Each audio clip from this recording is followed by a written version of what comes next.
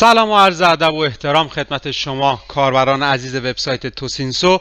علیرضا فاضلی هستم و اینجا یه قسمت دیگه از آموزش جامع نرم افزار ادوبی لایت روم هستش که توی این قسمت میخوایم با یه بخش خیلی مهم و کارآمد صحبت کنیم. ببینید شما ممکنه توی آتلیه باشید، یعنی کار آتلیه‌ای انجام بدید، ممکنه کارهای ادیت یا تصویربرداری انجام بدید و مثلا از یک فریم در حال عکاسی از یه شرایطی، حالا اگر بچه من واژه‌ای رو اشتباه میگم بر من خورده نگیرید چون من کارم آتلیه و عکاسی و اینها نیستش.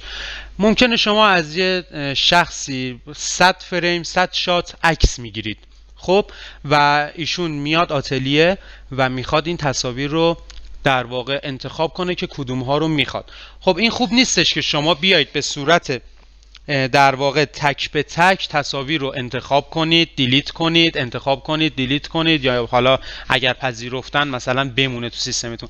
چی کار باید بکنیم توی این حالت؟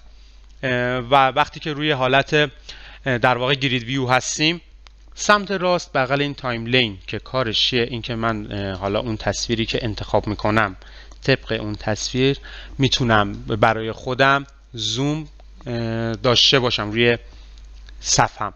اوکی، خب یه فلشی سمت راستش هستش که من روش بزنم. یه گزینه داریم به اسم فلگینگ. من روی این فلگینگ که بزنم، بذارید یه بار نزنم، ببینید این نوار ابزار من اینجا هیچ چیزی نداره. اوکی، حالا الان که فلگینگ رو میزنم 2 تا پرچم اینجا برای من اضافه میشه که من میتونم با استفاده از این بیام مثلا این رو به حالت پریویو در بیارم و یه پرچم سفید بهش بدم که آقا من این عکس رو مثلا مشتری من پذیرفته. میام روی این یکی عکس میگم این عکس رو هم پذیرفته، میام روی این عکس میگم این عکس رو نپذیرفته، این یکی رو میزنم، علامت ضرب در کوچیکی داخلش هستش. روی این عکس میام دوباره این رو هم ضرب در میزنم و این رو هم قشنگه و پرچم سفید رو بهش میدم.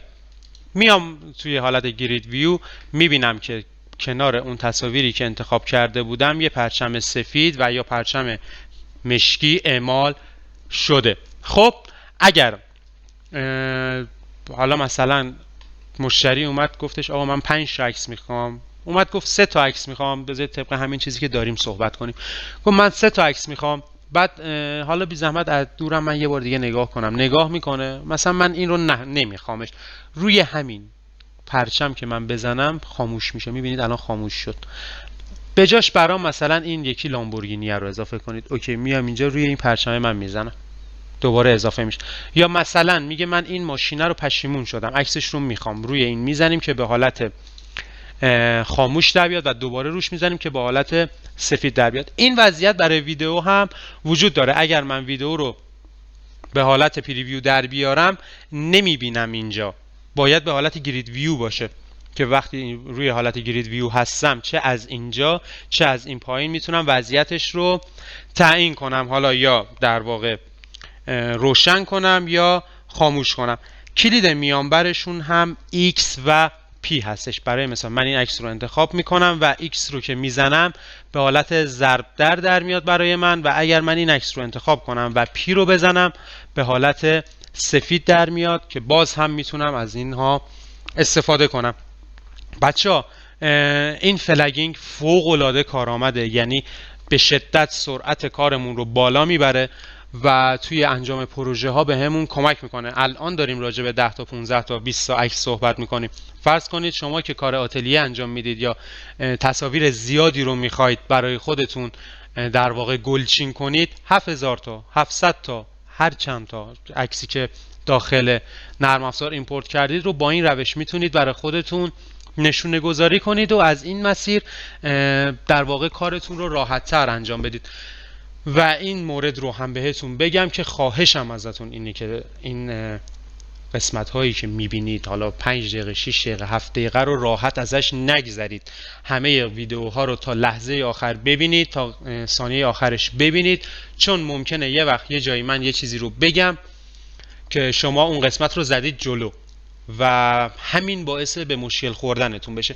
پس خواهشاً این ویدیوها رو جلو نزنید و درخواست دیگه‌ای که ازتون دارم همین فلگینگی که الان توی 5-6 دقیقه بهتون توضیح داده شده رو حتما انجام بدید. این نباشه که خب اینو که گفت، ایمپورت هم که گفت، ایمپورت ایمیج، ایمپورت ویدیو رو که گفته، خب من همه رو یه جا حالا بعدا انجام میدم. نه، 5 دقیقه ویدیو دیدی، 3 دقیقه هم تمرین کن و بعدش برو برای قسمت بعدی.